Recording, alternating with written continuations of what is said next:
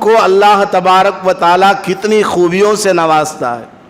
تو آپ لوگوں کی ذمہ داری ہے, ہر مسلمان کی ذمہ داری ہے کہ اپنے بچوں کی صحیح تربیت کریں, اسلامی تعلیمات سے ان کو آراستہ پیراستہ کرائیں, تو انشاءاللہ ہماری اولاد کل چل کر کے ہمارے لیے آخرت کا ذریعہ بنیں گی, اور آخرت میں بھی ہمارے لیے بہت بڑا ثواب اور اجر ملنے والا ہے.